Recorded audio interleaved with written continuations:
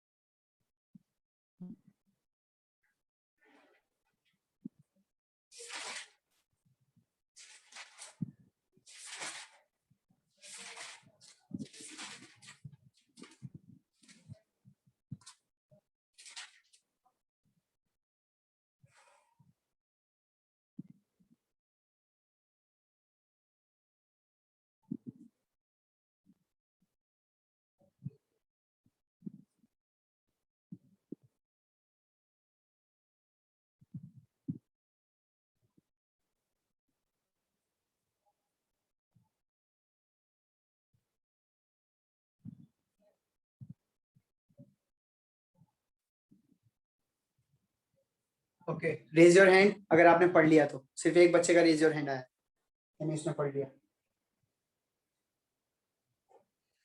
4 बच्चे।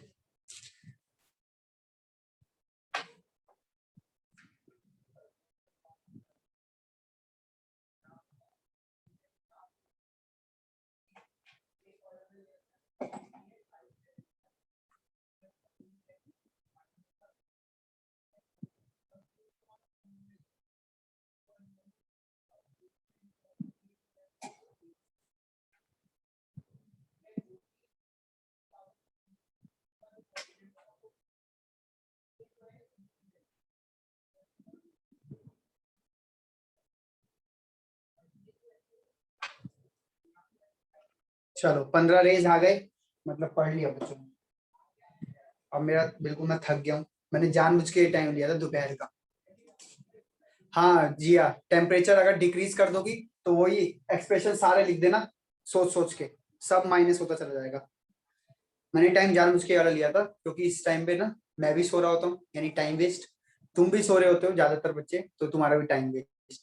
अब कम से कम यहाँ हो तो ये टाइम तो यूटिलाइज हो गया हमारा, वरना सो रहे होते अभी। सो रहे होते नहीं तो मूवी देख रहे होते, नहीं तो इंस्टाग्राम, है ना। तो इसलिए मैंने जानबूझ के टाइम रखा कि आपका सबका यूटिलाइज हो जाएगा टाइम। क्या मैं आगे बढ़ूं? अब वो फॉर्मूला दिखा दूं जिसपे न्यूमेरिकल भी होने वाला है। अब तक तो सिर्फ थ्योरी थ्योरी थ्योरी पढ़ रहे थे, अब न्यूमेरिकल आएगा। Yes, sir. ठीक, चलिए अब ध्यान से सुनिए बच्चों। अब एक फॉर्मूला दिखाने जा रहा हूं आपको। वो फॉर्मूले पे पहले तो उस फॉर्मूले का डेरिवेशन देख लो आप लोग, ठीक। और डेरिवेशन देखकर आपको जो प्रीवियस ईयर की मैंने पीडीएफ भेजी हुई है जिसमें टॉपिक 3 है, हमने 2 टॉपिक कवर कर लिए बच्चों। टॉपिक 1 टॉपिक 2 कवर्ड हो चुका है। टॉपिक 3 जो है उसमें ये सब आने वाला है, अरेनियस इक्वेशन, कोलिजन थ्योरी। तो आप मुझे देख के बताइएगा कि क्या डेरिवेशन भी पूछा जा रहा है पेपरों में, अब तक बोर्ड में क्या डेरिवेशन पूछा गया है, ठीक, देख के बताना। अदरवाइज डेरिवेशन से नहीं होगा तो भैया फॉर्मूला तो आपको, फॉर्मूले पे न्यूमेरिकल तो होगा ही होगा, न्यूमेरिकल, ठीक है जी। अब जरा ध्यान से सुनिएगा। हाँ जी, तो हमारे पास अरेनियस इक्वेशन क्या है, ये रही अरेनियस इक्वेशन हमारे पास। कहाँ लिखूं? यहाँ लिख देता हूँ, k is equal to a dot E minus E A by R T. अब देखिए बच्चों, आ जाइए यहाँ पे फटाफट। अब मैं क्या कर रहा हूँ, 2 टेम्परेचर ले रहा हूँ, एक टेम्परेचर T1 ले रहा हूँ, एक टेम्परेचर T2 ले रहा हूँ। और ये मान के चल रहे हैं कि T2 जो है वो ज्यादा है T1 से। अगर ये 400 केल्विन है तो 300 केल्विन है। T1 पे जो आप रेट कांस्टेंट नापेंगे उसको K1 बोलिए, और T2 पे जो आप रेट कांस्टेंट नापेंगे उसे K2 बोलिए। अब यहाँ पे जब आप 1 और 2 लगा देंगे, जैसे K1 या K2 ले लो पहले, K2 A dot E minus E A upon में RT2, और यहाँ लिख लीजिए K1 A dot E minus का ई ए अपॉन RT1। भैया 1 पे टेम्परेचर 1, 2 पे टेम्परेचर 2। उम्मीद करता हूँ ये दोनों इक्वेशन कैसे बनी आपको समझ आ गया, बस 1 और 2 का खेल लिखा है मैंने। इन दोनों को मैंने डिवाइड कर दिया। डिवाइड करने से आप देखोगे कि a से a कट जाएगा और ये बनेगा K2 बाय K1, और यहाँ बनेगा e की power minus E A by RT2 upon में e की पावर माइनस ई ए RT1। अब दोनों के बेस सेम है तो पावर को ऐड कर दिया जाता है अगर मैं गलत नहीं हूं। अरे क्योंकि माइनस में है ये ऊपर जाके प्लस हो जाएगा। तो बच्चों ये कुछ ऐसा दिखेगा, e माइनस का ई ए बाय RT2 प्लस का ई ए बाय RT1, और यहां हो जाएगा K2 by K1। Make sure ये स्टेप आपको समझ आ गया। बोलो यस और no? Yes, sir. Yes, sir.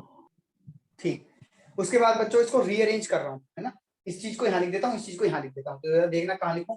यहां लिखता हूं K2 by K1 is equal to E की power E A by RT1 minus E A by RT2। लो जी यहां तक कर दिया।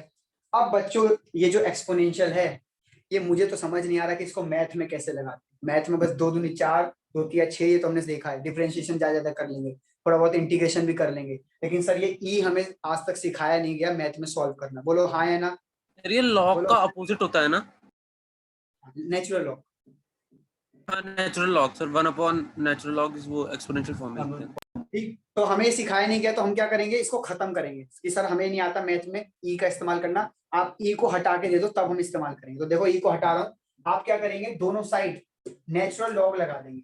नेचुरल लॉग, अच्छा नेचुरल लॉग को कैसे लिखते हैं, ऐसे लिखते हैं, ध्यान से देखिएगा, लॉग ई, इसको भी नेचुरल लॉग बोलते हैं या कई बार ln लिखा होता है, ln, इसको भी नेचुरल लॉग बोल, दोनों को नेचुरल लॉग ही है दोनों का, ठीक है जी। log e k2 by k1, और यहाँ पे है log e की power minus E A bye, sorry minus ये ना, RT1 minus E A by RT2। बेटा आपको सिखाया गया होगा कि log 10 लेट से 2 की पावर या a की पावर 4 है, तो ये 4 आगे आ जाता है ना, बोलिए हाँ है ना। Yes, sir. Yes sir. तो ये ऐसे चार नहीं भैया, दो दो होता है। कहाँ नीचे 2 होता है? टू की पावर 2 कर देंगे ना।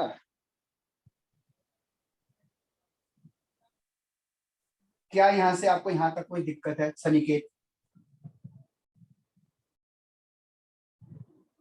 सनिकेत यहाँ से यहाँ कोई दिक्कत है? हाँ ठीक है। ठीक है, देखो सनिकेत, आपको जो चीज पता है ऑब्वियसली वो चीज मुझे भी पता है, लेकिन जब आप बोलते हो तो 10 बच्चे और सोचते हैं कि ये क्या बोल रहा है, कुछ तो ऐसा बोल रहा है जो सर को पता है और बस इसे पता, हमें नहीं पता। ठीक है, तो थोड़ा देखा करो कि सेम चीज ही है, बस 2 की पावर 2 आप आगे बोल रहे हो, वही बात पड़ जाएगी ना। अब भैया पूछो भी ना। नहीं नहीं पूछो नहीं, आपको पता है और आपको सही पता है। ठीक है, मैं ये कभी नहीं कहता कि आपने कभी ऐसी चीज बोली हो जो मैंने आपको कहा कि तुम्हें गलत पता है। तुम जब भी बोलते हो सही बोलते हो, बस तुम क्या करते हो, कान को यहाँ से ना पकड़ के यहाँ से घुमा के पकड़ते हो। ठीक है, और सुनो, जो बेस यहाँ होता है और जो नंबर यहाँ होता है, अगर ये सेम होता है ना बेटा, तो इसका आंसर 1 होता है।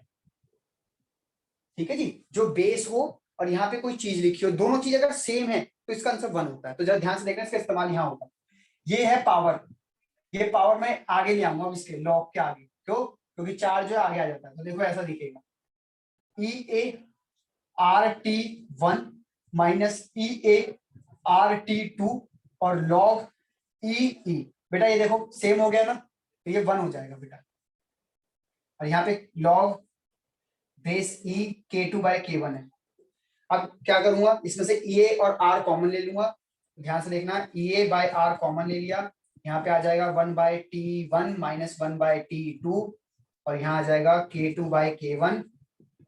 और बेटा इस log e को, मुझे log e भी सॉल्व करने नहीं आता है, मुझे तो log 10 सॉल्व करने आता है। जो टेबल है ना पीछे किताबों के पीछे, वो log बेस 10 की है। तो log बेस e को log बेस 10 कन्वर्ट करते हैं, बताइए कैसे कन्वर्ट करते हैं? अब तक तो सीख लिया होगा। 2.303 से मल्टीप्लाई करें। ठीक है जी, मैं ये लाइन रब कर रहा हूँ क्योंकि डेरिवेशन देख ही रहे हो आप कितना लंबा हो गया। भैया जो 4 आपने करा ना वहां पर हाँ लॉग के पास, वहां वैसे 2 के पास 2 हो जाता है, फिर 2 आगे आ जाता है वैसे। अरे तो 10 की पावर 4 है बेटा, वो 10 की पावर 4 10 की था। पावर 4 है। अच्छा हाँ 10 की हाँ, पावर अभी 4। तो मैं कह रहा हूँ कि तू अलग कॉन्सेप्ट बता रहा है, मैं अलग बता रहा हूँ। ठीक, आगे सुनो, अब इसे और सॉल्व करते हैं। log base 10 K2 by K1, इस 2.303 को मैं यहाँ भेज रहा हूँ, तो ये बनेगा EA 2.303R। इसको एलसीएम लेंगे, एलसीएम लेके ऐसा दिखेगा T2 माइनस T1 अपॉन में T1 इंटू T2। लो जी बच्चों, ये आपका आ गया एक इक्वेशन, और इस इक्वेशन में बेटा पीछे न्यूमेरिकल है भर भर के, और मैं भी आपको पीडीएफ भेजूंगा, उसमें न्यूमेरिकल है बहुत सारे। ठीक, ध्यान से सुन लीजिए क्या क्या है यहाँ पे वैल्यूज, बहुत सारे मैसेज आ रहे हैं। log बेस 10 K2 K1, ये दो वैल्यूज हैं, एक एक्टिवेशन एनर्जी की वैल्यू है, R की वैल्यू 8.314 लोगे अगर ये एक्टिवेशन एनर्जी जूल में देता है तो। अगर एक्टिवेशन एनर्जी कैलोरी में देता है तो R की वैल्यू कैलोरी में लोगे, दैट इज 2 कैलोरी। ठीक, T2 T1 आपको टेम्परेचर्स हैं वो दिए जाएंगे, आपको बस वैल्यू वगैरह पुट करनी है, एक चीज कोई गायब होगी, बाकी चीज आपको निकालनी है। जी हाँ, अगर आप लॉग में फंस जाते हैं कि सर लॉग बेस कुछ आ रहा है मेरे को सॉल्व नहीं आता, तो उसको मैं लॉग जब देखना सिखा दूंगा तब आप उसको फर्दर सॉल्व कर देंगे। ठीक है जी, और लॉग देखना कब सिखाएंगे आपको, लॉग एक क्लास और लेनी पड़ेगी बेटा, एक क्लास और लेके इसको और क्लियर करेंगे इसके न्यूमेरिकल को। हाल फिलहाल में से इतना ही छोड़ रहा हूँ, आप इसे देख लीजिए, कोई कंफ्यूजन है तो पूछिए वरना मैं आगे बढ़ रहा हूँ। बढ़ जाओ भैया आगे। हाँ बेटा बोलो। इसमें हमको क्या क्या देगा क्वेश्चन में और हमें क्या निकालना है वो थोड़ा बता दो। बेटा इन सारे इस फॉर्मूले में जितने भी टर्म्स हैं सारे टर्म्स देगा, एक टर्म गायब करेगा। ये तो हम शुरू से सीखते आ रहे हैं ना, न्यूमेरिकल का कॉन्सेप्ट ही क्या है, फॉर्मूले में सारे लोगों को दे देता है, एक गायब करेगा। अब एक कोई भी गायब हो सकता है, इसमें से कोई भी एक चीज गायब हो सकती है, बाकी सारी चीजें दे देगा। ठीक, बाकी मैं न्यूमेरिकल आज लिख भेजूंगा आपको, फोटो क्लिक करके, उसके सॉल्यूशंस भी हैं, तो आप देख के ही समझ जाओगे कैसे कैसे कराना। क्या मैं आगे बढ़ूं बच्चों? Yes, sir. Yes, sir. ठीक, अब बच्चों ये तो हो गया आपका फॉर्मूला। अब आपको एरिनियस इक्वेशन के मैं ग्राफ सिखा रहा हूँ। ठीक, पेपर में मैंने 3 ग्राफ देखे हैं, हाँ नहीं, पेपर में 2 ही ग्राफ देखे हैं, दोनों ग्राफ में आपको दिखा देता हूँ कैसे कैसे दोनों ग्राफ। ठीक है जी, इसे मिटा रहा हूँ, ये चलो इसे रहने देते हैं। देखो पहला ग्राफ, हाँ पहला इक्वेशन लिख लो, k is equal to a dot e minus E A by R T. ये इक्वेशन थी एरेनियस की। दोनों तरफ नेचुरल लॉग लगाओ, natural log k natural log a plus natural log e की power minus E A by R T. Sir ये क्या कर दिया आपने? अरे ये a इंटू बी है, तो आपको सिखाया गया होगा log a into B is equal to होता है लॉग a प्लस बी के, तो ये log a plus log b कर दिया मैंने। ठीक है जी, अब आपसे कहा जाएगा कि ये देखो नेचुरल लॉग है ना, और ये ई है, ये 1 हो जाता है, आगे आ जाएगी ये चीज, तो नेचुरल लॉग ए प्लस ये चीज आगे आ जाएगी, तो यहाँ minus E A by R T, और ये हो जाएगा नेचुरल लॉग ई, जिसको हम बाद में 1 लिख सकते हैं, और ये हो गया नेचुरल लॉग के। तो पहला जो ग्राफ है बच्चों, वो ग्राफ है नेचुरल लॉग के वर्सेस 1 बाय टी के। अब जरा ध्यान से देखिए, वही खेल रहे हैं, y is equal to M X plus C वाला खेलना है। देखो ये चीज हो गई y, और ये देखो टी है ना, यहाँ पे 1 लिख दो, तो 1 बाई टी ये हो गया आपका x।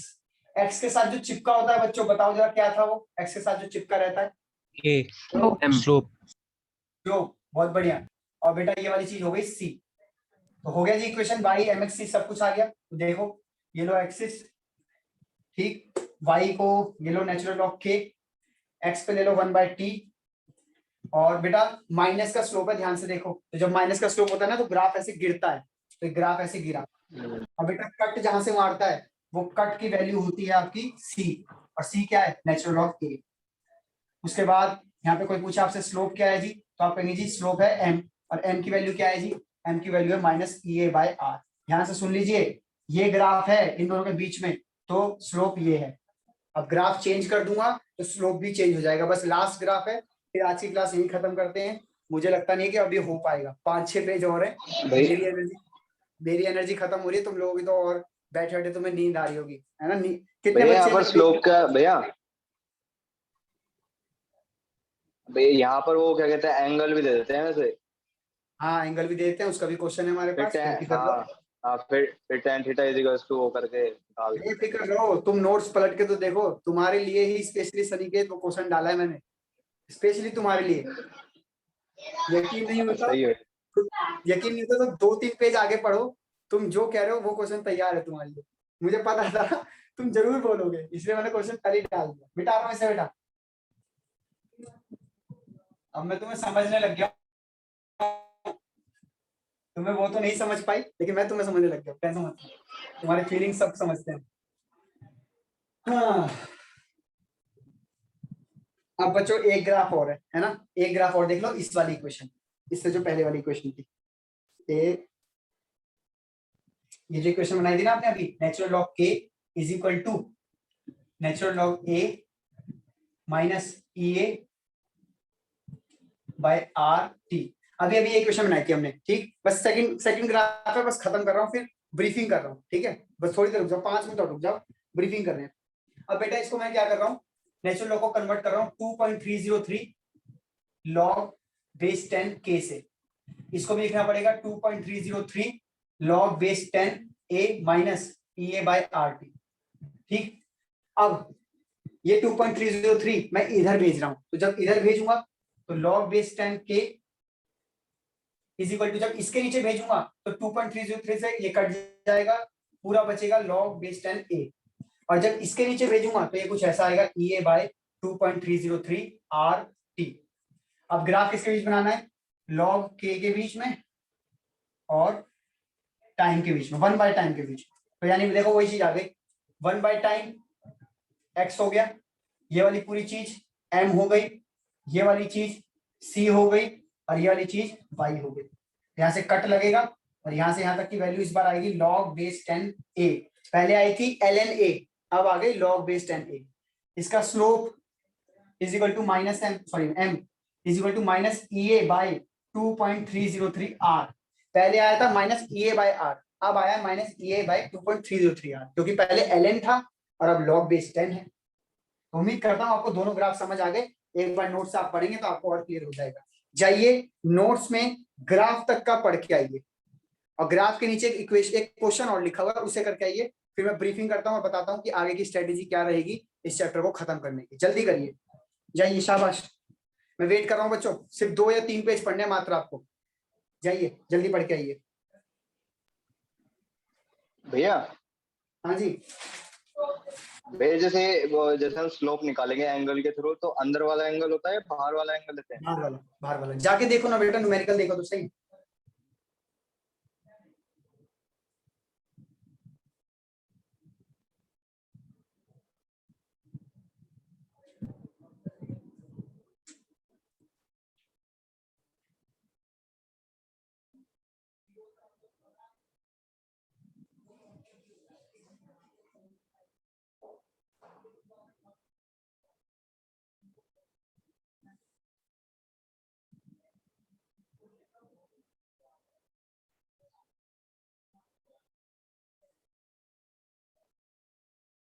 निखिल रिकॉर्डिंग बंद कर दो, इतने जब पढ़ाऊं तब ऑन कर देना।